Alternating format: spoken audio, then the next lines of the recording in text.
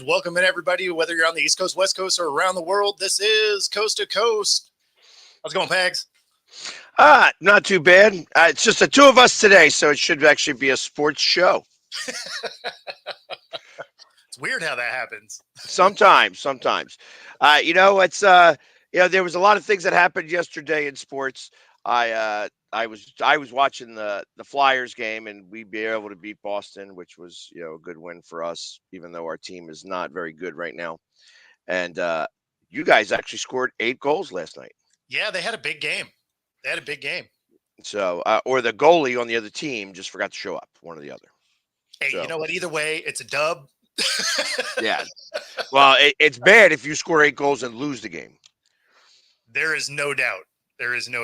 And they did have a couple of those last year where they scored well and still lost. So right. It's definitely not outside the realm of possibilities. How's it going, Win? Yeah, but the big thing to talk about is look at the Yankees trying to make this a little bit of a series. Yeah, I mean, look at them actually scoring some runs. Well, I mean, that was the first start of it, but I mean, Freeman is still killing it. I mean, first inning again, smack. Yep. Well, and that's 4 games in a row. Yeah, so he will probably be, unless something happens tremendously where the Yankees win this, and even if the Yankees do win this, it's going to be hard to not give it to him. It would be weird to see an MVP from the losing side, but it can happen. Pretty rare, but not really. It's not as rare as you think. It's. I mean, obviously they want to give it to the winning team, but as of right now, there's not one person that's been good enough for the Yankees. You'd have to give it to him. I mean, unless a pitcher came out and pitched 3 games and won 3 games here, I don't see it happening. Yeah, no, not at all. No, I mean, this is definitely one of those scenarios, no matter how it goes down, it looks like Freeman would be the MVP. And it probably is apropos for that as well, because of everything that was happening with his kid. Mm. You know what I mean? Where he had to take the leave of absence, and then he came back from the leave of absence. I think he came back while Philly was in town. Oh, okay. So he actually, it was a big deal for them. They still lost the game to us, but it was still it was one of those things where it just, it's a human story, not necessarily a baseball story. So, sure. Everybody's affected by it.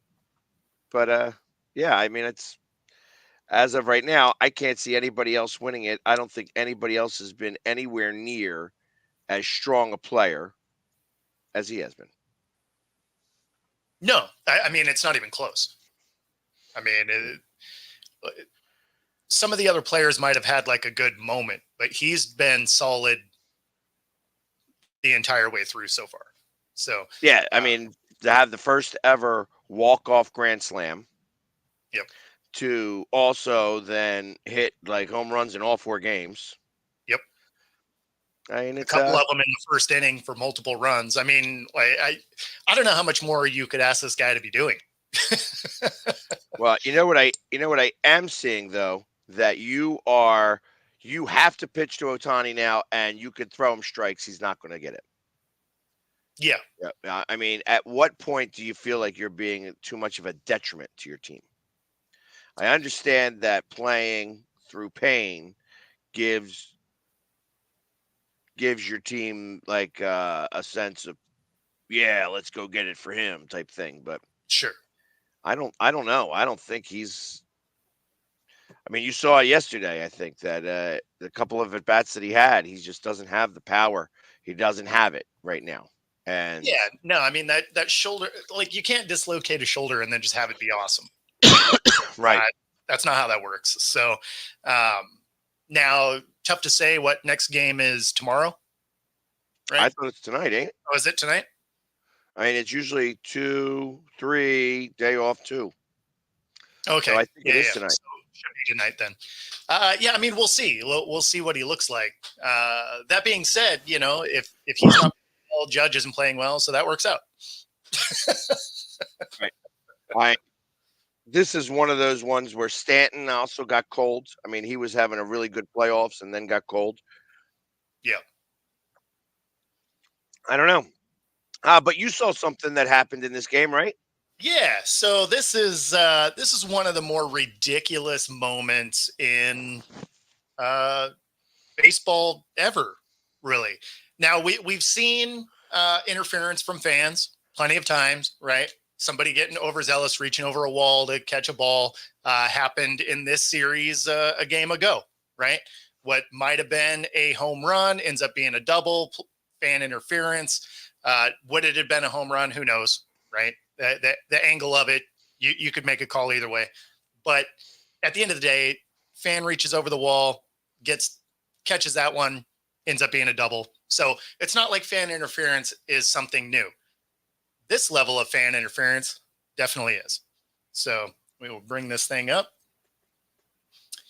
And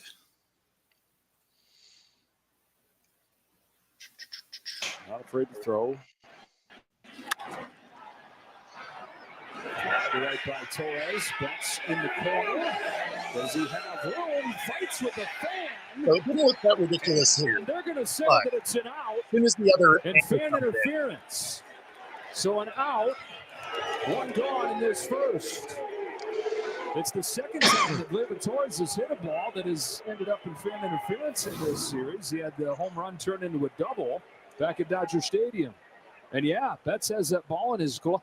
And this fan literally tries to take his glove off.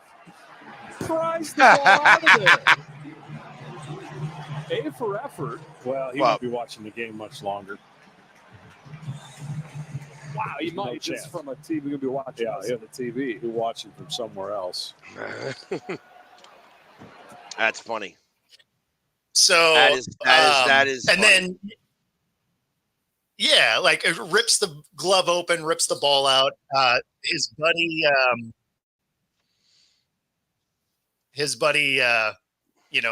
grabs his other wrist. I mean, in some ways, they're lucky they didn't end up hurting Betts, bending his wrist over the wall like that.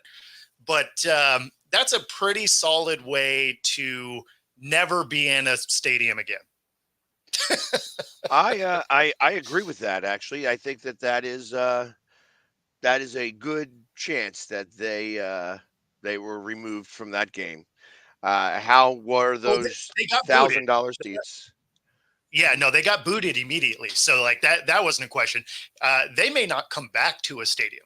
Like, no. That they are usually, especially when a game is that high a profile. Yep. That's the end of it. You know what I mean? It's bye, buddy.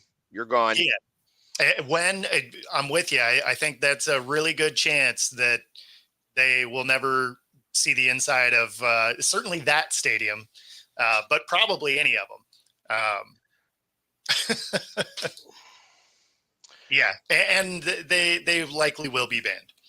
Yeah, I mean, that being said, I mean, he had it already, so it wasn't like fan interference. He caught it. It was an out, and like if the kid's hand was in the glove already, the fact that he opened up the glove to grab the ball out is kind of what's ridiculous. Like, there's a lot of ways that he could have did that. And truth of the matter is that the one kid was kind of right where he was like trying to block him. He should have just done that. Like if he had done that, stayed on his side of the wall, because once the threshold is the edge of the wall. Yes. So where the one kid was doing it right. Betts still got the ball. Now that's okay. You know what I mean? It's like, hey, you tried to do your best. It didn't work. The other kid grabbing the ball and trying to do it that way was, a little ridiculous. That's why I said, like, I've seen fan interference a ton of times. Not a big deal. That one there, that's how you get banned from stadiums. Like you can't almost rip the glove off his hand to try and get the ball out. Like, and obviously there was, clear sight that it was an out anyway. So, I mean, it's not like you were doing anything. You didn't benefit anywhere. And then I was laughing about it with my buddy Herb is had it been us, right? Like we'd have never heard the end of it. Like your friends would be like, "Oh, you're an idiot," whatever. But once you get home, your wife would murder you. And even if you don't go to a lot of games together, it'd be like, "Oh, we can never go to a game because you're a dumbass." And you're just like, "Yeah, you're kind of not wrong though." Like, Well, but not only that, like, I mean, I think about that. Like, first off, do you think that guy's married? I mean, definitely not. Yeah. So I was the first thing that went through my head was like you mentioned wife. I'm like, come on, he ain't gonna have a wife. He's not doing that. And realistically, you think about this. You leave for a year, you come back in, you get yourself a mustache, and Yeah, they're realistically not going to know. I mean, they won't remember. You order the tickets under your middle name or something like, right. or So- you get them given, you have your friend buy them and then you go in. I mean, like, obviously they're not going to keep you out. They're not going to have a picture of you at the front gate. Like, nope. But for the rest, probably for next year, there might be something, but beyond that, no one's going to remember. Exactly. That's exactly correct. So I typically I think a ban is it should be about 2-3 years. That's what it should be. It's like, hey, listen, now if you're a streaker and you decide that you want to run across the field, whole different scenario. You know what I mean? That's straight dumbassery. Yeah. Well, I mean, in this case, because of the way that they had his arm over the wall, had they hurt Betts, like tweak that would have been that's a lifetime ban. Yeah, that's a lifetime ban right there. Well, not only that had also been an arrest. Probably. With like some type of simple assault. Sure. You know what I mean? Disrupting the game is not really an arrestable offense. Not complying with law officials, sure, which is what usually happens. That's the charge they get you on. Yeah. When you are being escorted out of a building, if you decide that you want to make a mess of things, then that's what they get you on. They can't get you because it really isn't illegal to stop a baseball game. No, it's just against the rules, but yeah, they don't want you to do it, and there's too many things involved with it. But you said that they were told they could come back for Game 5. Really? Who said that? I don't believe that. I was going to say, I want to see a source of that because that does not seem right. There's no chance. There's no chance that occurs. That sure looked like you're at least done for the rest of the series. Huh. ESPN, really? Wow. Okay. All right. I'll have to look that up because that seems wild to me. Yeah, I'm not sure that. Grabbing a hold of the player, I would have thought for sure you're done for this series, no matter what. Exactly. So, yeah, Steve, good try. Yeah, see, and this is why I said, they're lucky they didn't hurt him because, it's a foul territory, so it's not as tall of a wall. But I mean, still, you have two guys grabbing both arms. Like, I don't know. I feel like how it went down is probably the best case scenario of what could have went down. Right. And then after watching what we watched from the Dodgers fans in that Padres series,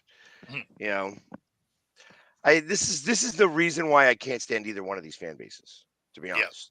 This is exactly the reason. I mean, if you go back on my TikTok and you see when the Yankees did not allow me to wear face paint into the game, and that happened now 3 years ago. They've allowed me in with the face paint since then. Oh, okay. But ultimately it was somebody had gone in with face paint the night before, started some trouble, took his face paint off, and went back in, made a video about it. That video went viral, and everybody's like, and the Yankees were like, "No way are we going to allow somebody else to make fools of us." That's Um, fair. That's fair. and so they made me take off my face paint. But if you look at some of the videos that I made with Yankees fans, they are amongst the most vulgar, Oh, sure. Sure. and the most like just like I'm being funny, and then I got this little girl who's like 23 years old. F the Phillies! F the Phillies! Ah! F the Phillies! The whole video. I'm like, That's rough. this is what you produced, Mom. This is what you produced there, Mom. Are you happy about this, there, Mom? Yeah. That's which was hysterical to me because she didn't the little kid didn't like that either, and she was a college student, of course, and Yeah. Whatever. So and it's like that a lot. Like even when the Yankees fans come into Philadelphia, like they were in Philadelphia this year, we go up to Yankee Stadium next year. So I got you. Well, I mean, and you know that after whatever game ends up being the final game, right? Which, again, I think it'll probably be tonight. But there will definitely be some fan fighting videos that pop out. yeah, I could almost agree with that. Let me see who's pitching tonight. Cole against Flaherty. I don't know. I think that the Yankees will win this one. Yeah, it depends on how far Cole goes. I gotcha. But I mean, Flaherty is not a great pitcher. He's got a 6 ERA in the playoffs. So my expectation is that that Cole, as long as he goes deep, because Cole has gone 7 innings and they've still lost those games. So fair enough. I mean, that's really what happened in Game 1. I think he went six innings and still lost the game. But well, I mean, you end up with a walk-off. What do you do? Right. He wasn't pitching that walk-off. No, exactly. Yeah. Yeah. I mean, if your closers can't close, how much you can do. Right. And you figure they did 11. They scored 11 runs in this previous game. Does that mean the bats are, or do they have it all? Did they use it all this last game? See, that's kind of what I was thinking. Is that we got all our hits. Like everybody's like, all right, we got to get these batting averages up. Off to Cabo. Well, we'll see. We will definitely see tonight at 8:08. I think is the start time because they have to have weirdo times. 8:08 is first pitch. All right. So what network is it on? Probably the same one. What's it? Fox. Oh, okay. I got to imagine it's Fox. You never know if they're moving them around per game. Yes, Fox is what it is. Now Fox usually has them for that, and actually the Yankees are favored. They are minus 150 tonight. Okay. All right. So yeah, there you have that. I mean, the only other thing that's on that might spark your interest would be Jacksonville State versus Liberty. I mean, that's a real exciting game. I'm gonna go with no. No, yeah, me too. Yeah, I got the Sixers versus the Pistons. That's going to be a real barn burner, I tell you. Yeah, it's generally gonna. I mean, Wednesdays are a lot of times a quieter sports night, just in general. So, and then of course tomorrow night we have a fantastic Thursday night special happening. The Houston Texans travel all the way to New York, where they are a dog against the Jets. Yeah, I mean, with Diggs going down with an ACL for the year, that definitely does hurt the Texans. Does it? It does, because they haven't played great football anyway. They've been winning, but they haven't played great. So losing a weapon definitely will hurt. Besides, the Jets are going to win a game again at some point. So, and the Texans have been, they've shown they're beatable. Yes, I agree. I don't know the Jets are that team though. The fact that the Jets are favored is a little interesting. I'm surprised they're favored, but I wouldn't rule them out as far as winning. Because again, like they're not a horrible roster. Like they should be winning some games. Yeah, they're -2, and it's a Well, you they're a know, -2 at home. right. So, I mean, that's not even the full home field advantage. So it's not even like Vegas is really believing in you. No, but even still, like then make it a pick 'em. Sure. This is actually, I mean, the Houston Texans are a +110. I mean, the money line. I'm still taking the Texans just because Yeah, I I don't mean- believe in the Jets to do anything. Again, I'm a firm believer that there is reasons why certain teams should not be favored. Sure. Like you see this a lot in hockey, where a team that stinks is playing at home, and they will be favored against a much better opponent, and you Yep. wonder, what is anybody thinking? Why is somebody even thinking that this would be a real thing? And the truth of the matter is that that team usually does get blown out. Yeah. So this is one of these things where I actually suspect that Houston is going to just crush them. I mean, that would be entertaining for our show and shows like it, right? Right. Just the absolute implosion of the Jets, and that Saleh clearly wasn't the only issue there. No, I think Saleh created even more of an issue now, because Oh, now you have the devil you don't know. You had the devil Exactly. you knew. Now you have the devil you don't know. And truth of the matter is that devil begins with an A and ends in an S, and his name is Aaron Rodgers. Exactly. Um, I think there's another S in there somewhere too. yeah, I'm sure it's. But that's Yeah. exactly it. You have signed your wagon. You've put all your eggs into the Rodgers basket, and now this is what you're getting: scrambled, Well, and I mean, scrambled mess. you're also watching the defense not be as dominant because now you have a defensive coordinator that is splitting duties in a position that he's never done before. And so you're watching clock management issues, you're watching game management issues, you're watching the defense not play as smoothly as they were. Getting rid of Saleh hurt this team more than anything. So, but that's great. I'm here for it. I think it's hilarious. I agree. I find it very funny.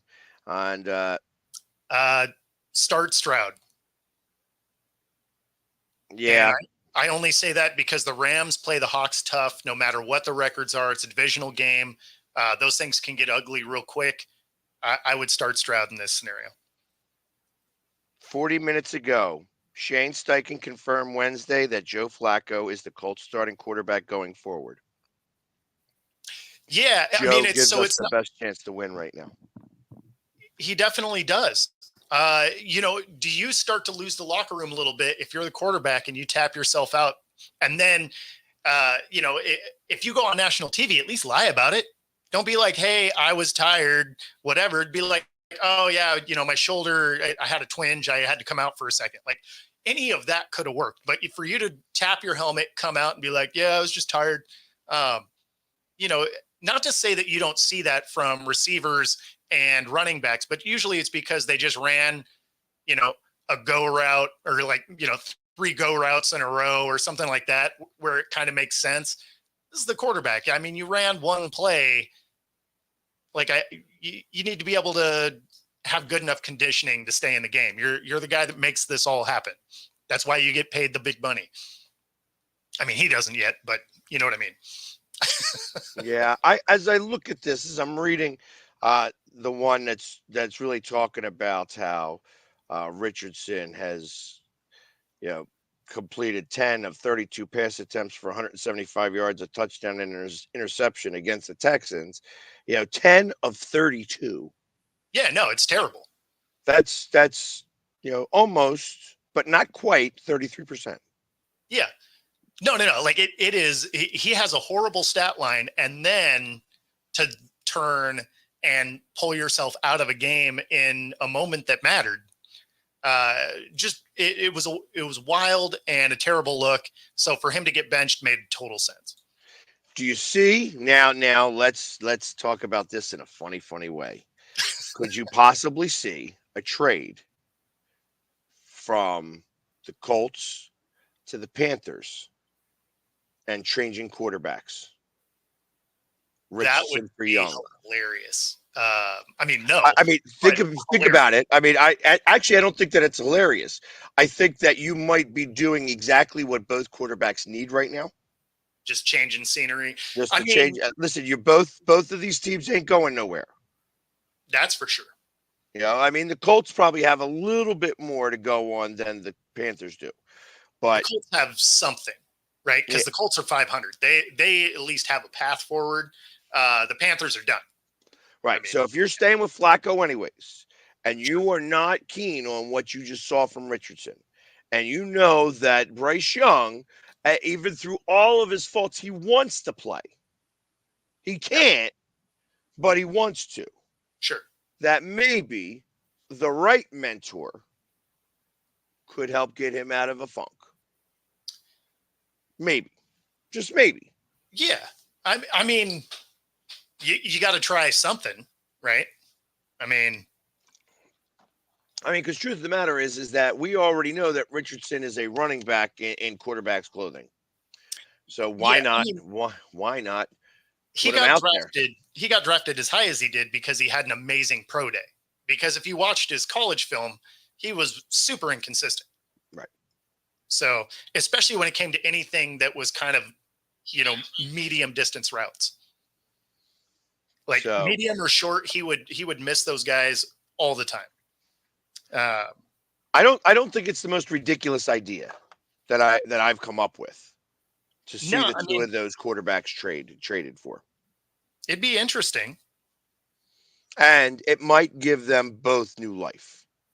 Because I can't think that you could come back with Richard after what the Colts have been through in general with quarterbacks. Mm-hmm. Ever since they lost Peyton Manning, or they got rid of him, or whatever you want to say, and you have Andrew Luck, who just quits on the team in the middle of a season. I'm retiring. He got tired of getting hammered. So right, and then now they've been playing the quarterback carousel. Yep. Like they said, they got Joe Flacco in there. Joe Flacco is just the same quarterback as Minshew right now. Yeah. Maybe a little bit more consistent than Minshew. Yeah, definitely more consistent. You know what I do? Joe Flacco is the modern day Testaverde. Yeah, I can go with that. Yeah, so it's like he's just and every once in a while there is one of those guys that just can go out and he play for any team and make that team better because he has seen it all. Yeah. So it'll be interesting to see if that will continue to occur. You got Rodgers saying there's lots of season left. There's kind of not. Like we're walking into the halfway point of the season here. So, I mean, for them to do anything, they're going to have to, they're basically going to have to win almost go undefeated. They'll almost have to run the table to have a shot. Gotcha. Because they're 2-6, I believe, right? So they would have to go 7-1, 8-1. 8-1.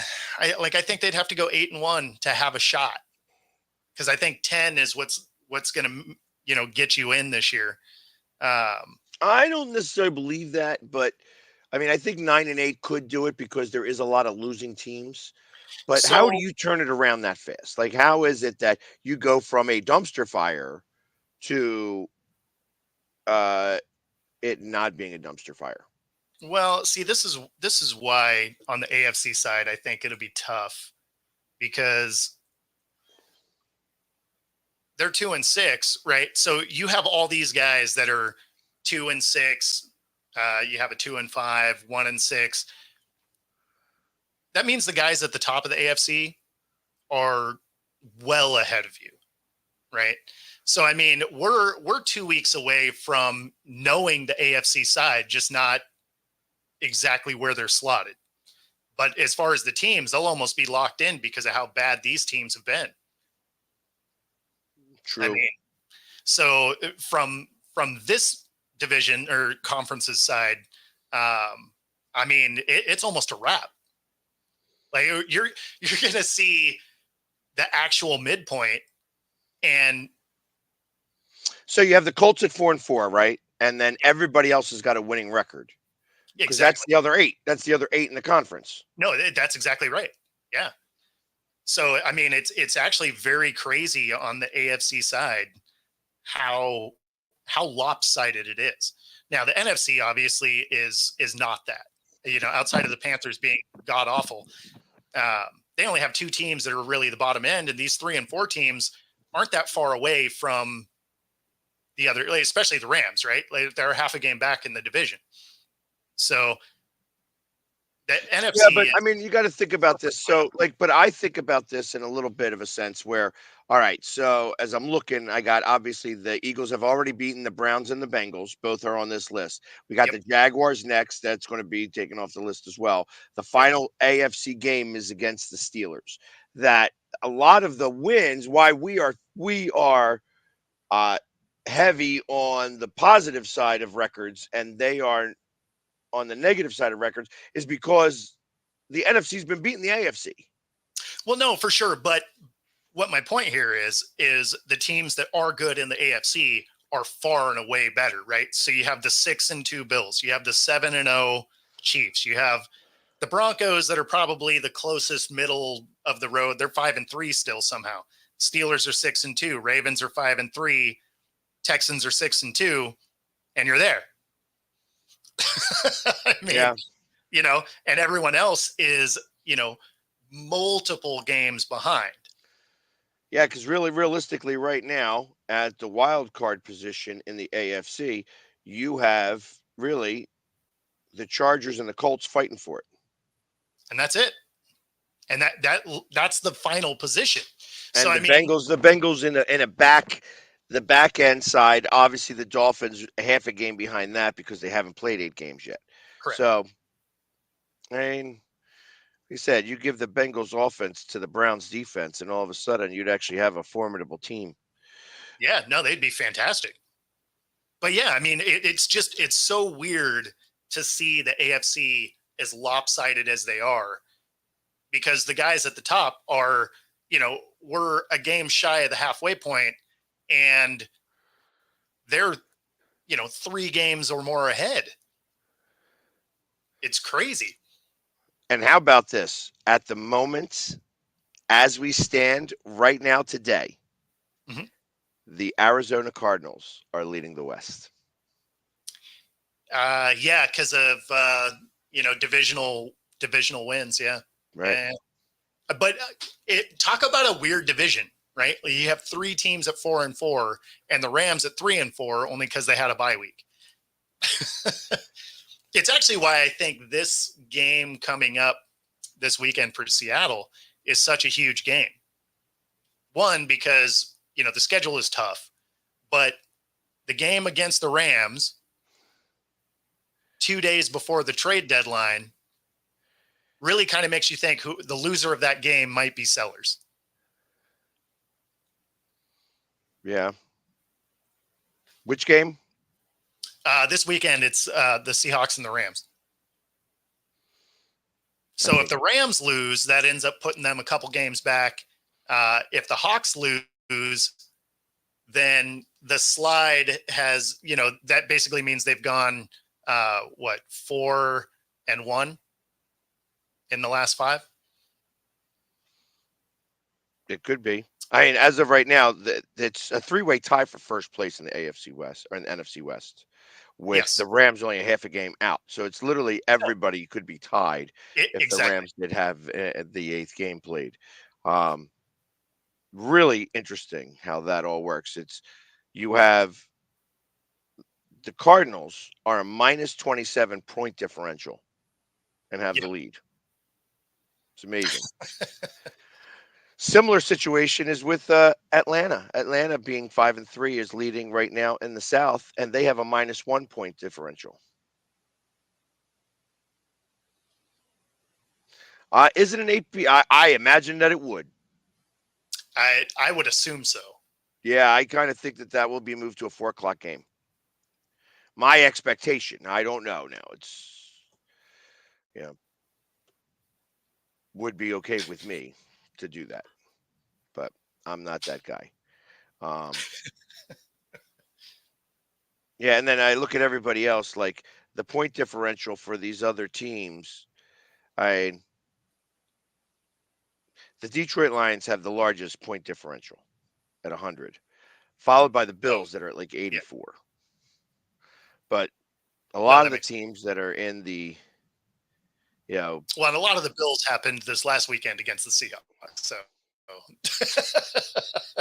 right. Well, for instance, you have, it's Detroit, Commanders, and then Atlanta and the Cardinals and Arizona both have negative differentials, and they're leading the divisions. In the wild cards, though, you have the Packers at a plus 46, the Vikings at a plus 51, the Eagles at a plus 39. Mm-hmm. Bears are at a plus 44, the Buccaneers at a plus 22, the 49ers at a plus 28. Everybody else is negative after that, which is really only 6 teams, but starting with your Seahawks. Oh, yeah. At -5. They're -5. Panthers have a -147, which is par for course. -147. That is rough. That is rough. Wow. That's like me in my fantasy league where I am like 3rd place or maybe even 2nd place now in points. Yeah. And I have a 4-4 record because even this week right there, this guy tried everything he could to beat me. I had 177 and I was ahead of the entire league by about 15 points. This guy had 168, 169. Oh, you know what I mean? So he was like, he was coming at you. He was. I tell you, I can't get it. Like my point differential between the winning and losing is like 40 points. So funny. Because every time I lose by like 2 or 3 points because, and I'm, like I said, I am usually 2nd in points throughout the entire league. The guy who won is number 1 in the league for points in that week. Nope. Makes sense. And all those points are brought to you by True Fusion Gym. Yeah. Well, I was going to start off with the betting because, well, since we're talking about point spreads and stuff, brought to you in part by BetUS, BetUS, however you want to say it. 125% of your first 3 deposits and 10% bet guarantee. Use the QR code on the screen. Bet right alongside us here at Coast to Coast. And of course, naturally, True Fusion Gym right here in the Pacific Northwest, whether it's Bellevue, Ballard, or University Village. Use the QR code on the screen. Get a free 5-day pass at any of those 3 locations. Pilates, boot camp, yoga, bar, hot rooms, and more. Find your edge at True Fusion Gym. All right. And there you have it. So I was trying to find the trades that were happening in the NFL this week. Obviously, it's not really they're not really talking about it. Obviously, the one that happened yesterday, Robinson was taken from the Jaguars to the Vikings, Cam Robinson.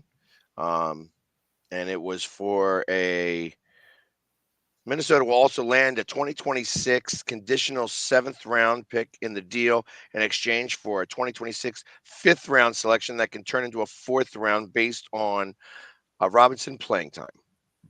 Okay. All right. So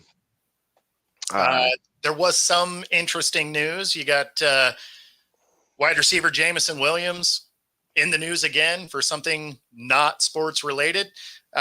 He gets pulled over, had multiple guns in his car, There's unclear definition on whether or not they were in a place in his vehicle that is okay with not having a concealed weapons permit.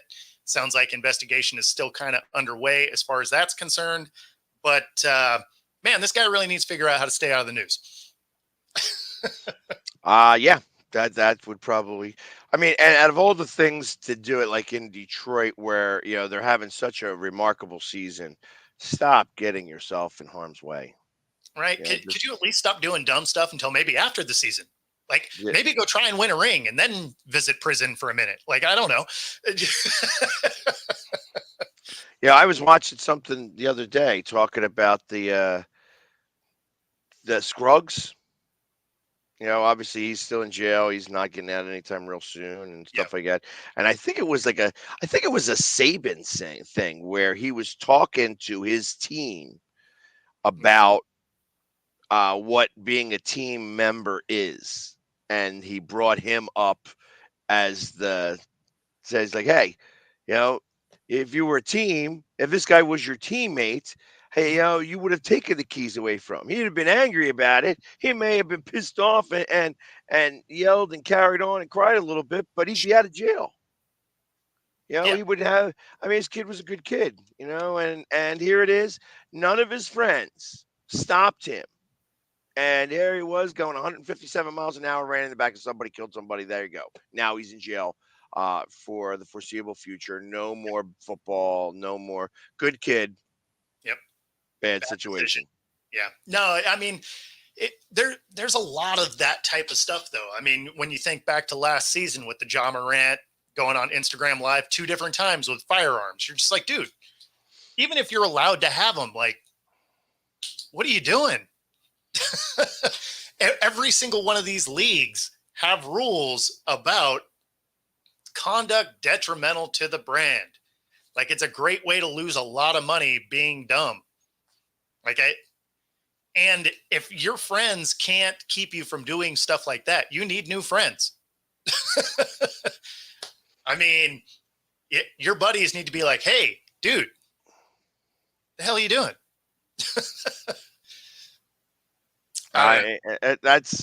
And plus the NFL, out of all the things that the NFL does, they make sure that, hey, listen, you have the phone number at any time, don't matter where you are, call the number and we will come get you.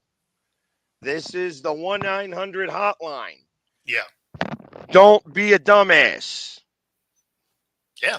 Well, see, that's hard to do if you're a dumbass, though. Yes, that is correct. So I don't know. And Joe, what do you mean that Jerry Jones got the Philly guy? Did he post me again? Did he post about me again? Because he likes to post about me. Jerry Jones absolutely does troll me. Oh, that's awesome. Yeah, he does troll me, and I find it amusing.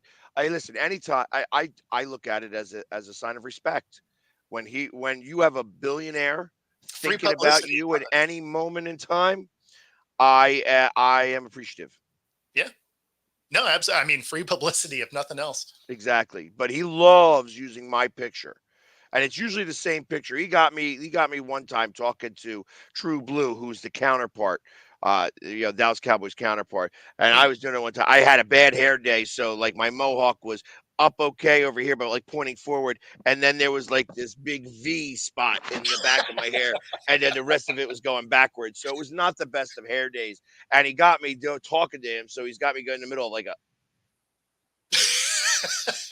So it's, it's not the most flattering picture of me, but even still, like it's like the fact that they use me, he uses that picture all the time. Every time he talks about Eagles fans or the Eagles, he likes to pull out that picture. So, that's awesome. And I appreciate it. Yeah, absolutely. I said that the one time that he came down, the first time he came down to troll me, that I was going to go onto his boat. I was going to jump on his boat and take a poop on his leave him an upper decker on his deck. On his deck, I was just going to be like, "Here we go, take a poop on the deck," and I just swim back to shore. I don't know that would have actually worked. I probably would have gotten caught doing that, but still would have been very the odds funny. are high. Yeah, still would have been very funny. That would be hilarious. Yeah. I go all SEAL team up to go up there and then pop a squat. There's 500 video cameras on that boat, so They would absolutely catch every bit of that. I think that's the guy that I troll all the time. Let me show this picture of him. all of a sudden you're in a cell with the Chiefs guy. Uh, but hey, you know what? I love the fact that Jerry does that. You know what I mean? That's awesome. I really do appreciate it, and I wish Jerry nothing but the best. For him and his team. I hope he lives forever and remains the Dallas Cowboys GM forever. Yep. Now, I do always appreciate when an owner can engage though, and and have some fun with it, which Jerry generally does. Although he doesn't look like he's having any fun with it this year. No, he does not. No, he does not. I really wish I when I go, I'll be like, "You smiling now, Jer?" Like I want to hold that, but I can only do it. It's only going to be a real small sign, like something that I can kind of fold up. And are you smiling now, Jer? Yep. And just get that picture. It's got to be after the game though, because you got to make sure you win. That's exactly correct. I can't do it at the beginning of the game. That's exactly correct, because I can imagine me getting, never hearing the end of it if I was to show that.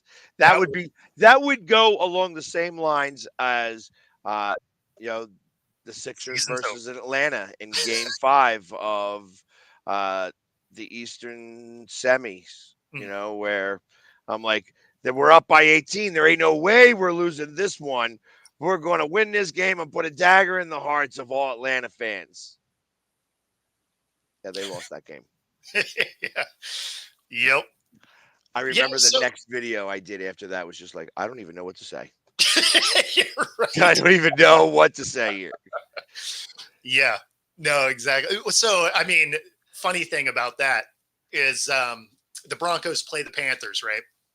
And at the end of the game, they're driving to get into the end zone. Sutton fumbles, Panthers get it back. And then after the game, they're like, "You're trying to run the score up on us. That's messed up," whatever. And, his response was, "I'm just trying to coach the game." Right. Like and we've watched teams that have been up by multiple scores lose at the end of a game. So he's just like, "Hey, I'm trying to, I'm just trying to coach my team." And at the same time, having been on the field for blowouts in both directions, right? Like I've been in games where we just got our ass kicked, and then games that we beat the other team down. The thing is if you don't want to get beat down, stop them.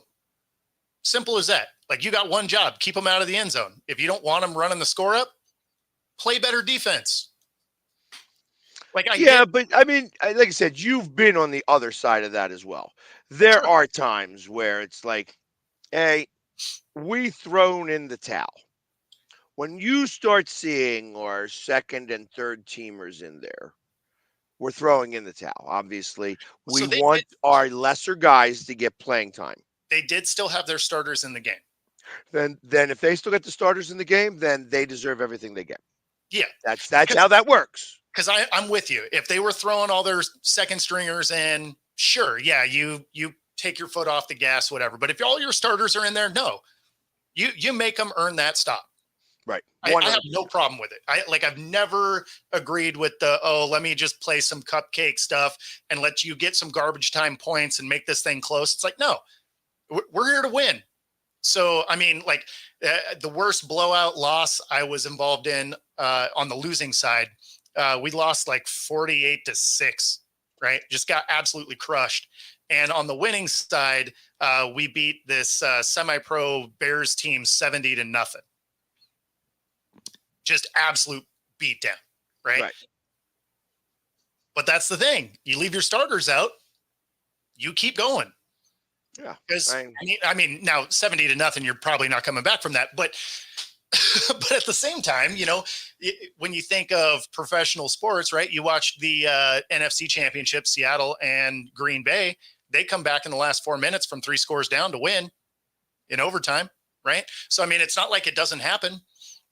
Well, everybody could turn when I'm watching in terms of what I'm thinking about is that the Eagles were down 31-7 against the Giants with 7 minutes and 24 seconds left.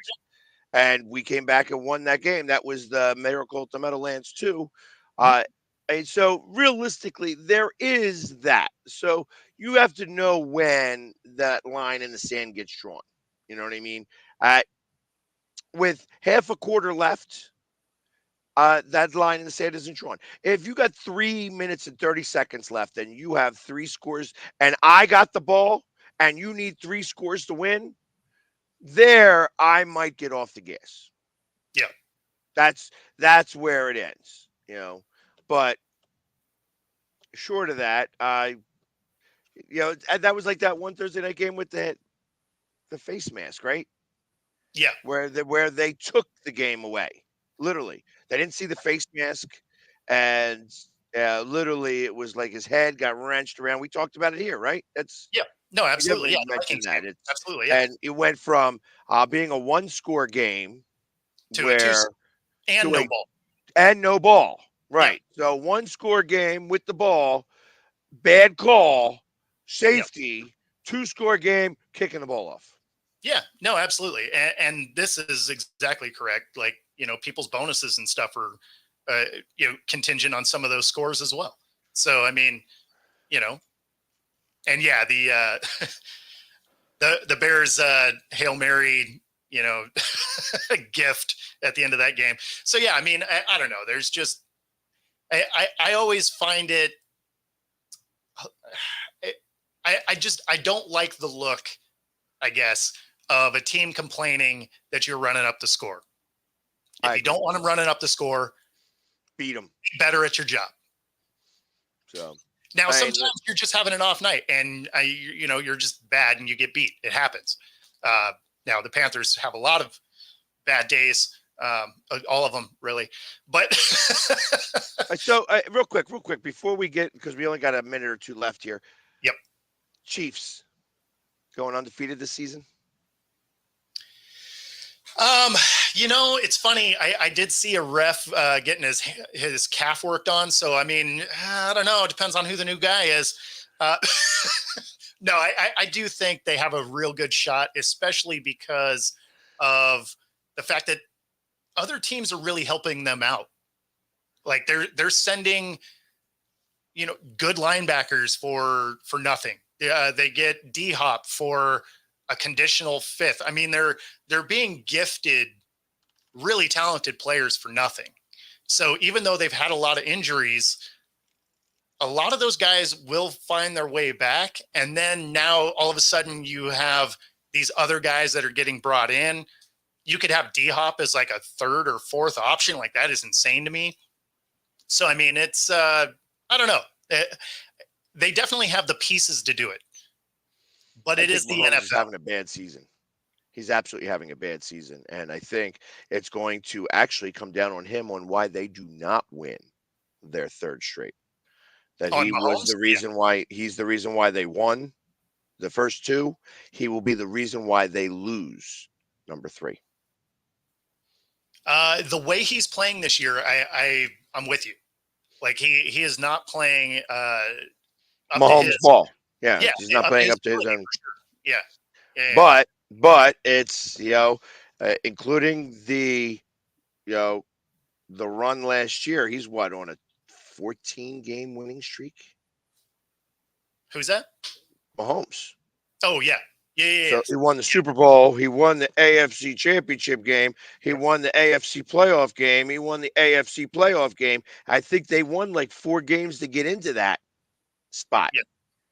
So, there's 4, they're kind 8. of winning in spite of him right now, though.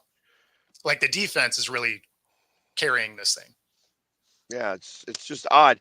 You know what? Let me see how many games have the Chiefs won in a row. The I mean, they have a clear path to three-peat. Yeah. But the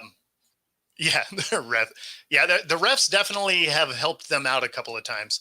But that being said, on the other side of the ball, you're supposed to play in a way that the refs can't hose you. So play better, 13 straight games as they have won. Yeah, no, that's impressive. That's impressive. I think ultimately somebody gets them this year, although the way their schedule is laid out, they definitely could run the table. But yeah, their toughest game was the first game of the season. Exactly. So, I mean, it's definitely entirely possible. I think if they get back, they lose, though. Yeah, I don't know that they're one and done, Joe, but I think that that whoever does play them this year stops the three-peat. Yeah. That absolutely occurs. There's a reason why there's never been an NFL team that three-peat. They don't want that. I know that the NFL, they think that everybody wants that, but they don't want that. No. I mean, especially after what happened last year at the parade. Well, they've already won 3 of 4. Right. So, I mean, and after the whole, dynasty of the Patriots, I mean, there is a very real dynasty fatigue around the NFL. People enjoy the NFC side because there has been other players in the game, even though, the Niners have been around each time. The Lions, I would actually like to see the Lions win it all.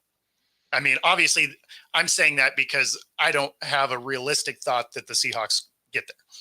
Right. And I think that if it's not the Eagles, I'd like the Lions. Yeah. I like rooting for fan bases. Yeah. And that fan base has been deprived. Yeah. Well, and I like the culture that Campbell has built, and the guys, the team really seems to play for Campbell, except for Jameson Williams, because he's just seems to be an idiot. But everybody else seems like they try really hard. And on that note, exactly, done for the day. If you've been watching on YouTube, be sure to like and subscribe. Helps us bring our content to you. And of course, if you're watching on Roku, stay tuned for the next hour. Other than that, we will see you all next week. And thanks again for jumping in the comments. Everybody makes the show a lot of fun. See you later, guys.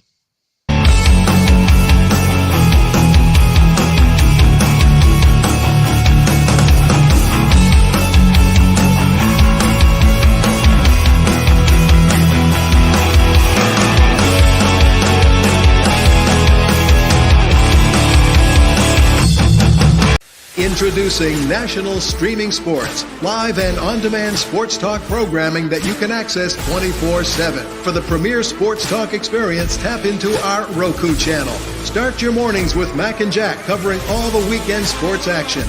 Then pour a cup and enjoy all the sports you can drink on the Coffee and Sports podcast. At midday, talk sports from east to west on the Coast to Coast podcast. Followed at night by some hot girl talk with Prim and Proper Sports featuring Sonia Pearson. Talk boxing on the Gloved Fist. Yankee fans tune in for Start Spreading the News. And there's more on the College Sports Huddle and Sports Scope with Robert Butler. There are 20 podcasts in all and 70 weekly shows giving us a 3.4-star viewer rating.